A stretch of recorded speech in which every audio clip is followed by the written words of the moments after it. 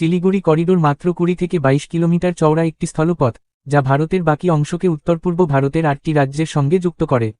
এই একটিমাত্র করিডোর বন্ধ হয়ে গেলে 4 কোটির বেশি মানুষ বাকি ভারত থেকে বিচ্ছিন্ন হয়ে পড়বে। চীনের চুম্বি ভ্যালি থেকে দীর্ঘ পাল্লার আর্টিলারি ও রকেটের মাধ্যমে এই করিডোরকে শারীরিক আক্রমণ ছাড়াই অচল করা সম্ভব। এটি চীনের তথাকথিত সিস্টেমস ডিস্ট্রাকশন ওয়ারফেয়ার কৌশলের একটি বড় লক্ষ্য। 2025 সালে শিলিগুড়ি করিডোর এখন 3 ফ্রন্ট চাপের মধ্যে। উত্তরে ভুটানের ডোকলাম অঞ্চলে চীনের আগ্রাসন, দক্ষিণে বাংলাদেশের রাজনৈতিক অবস্থান পরিবর্তন, এবং পশ্চিমে নেপালের চীনের BRI-তে যোগদান। সব মিলিয়ে করিডোরের নিরাপত্তা আরও জটিল হয়েছে। এই হুমকি মোকাবিলায় ভারত 2025 সালে শুরু করেছে Sevoke elevated corridor, Gorakhpur Siliguri expressway এবং সিকিম রেল লিঙ্ক। পাশাপাশি পূর্ব ভারতে মোতায়েন হয়েছে S-400 এয়ার ডিফেন্স ও রাফাল যুদ্ধবিমান। 2025 সালের সেপ্টেম্বর থেকে ভারত ডোকলাম এবং চোলা অঞ্চল পর্যটকদের জন্য খুলে দেওয়ার ঘোষণা করেছে।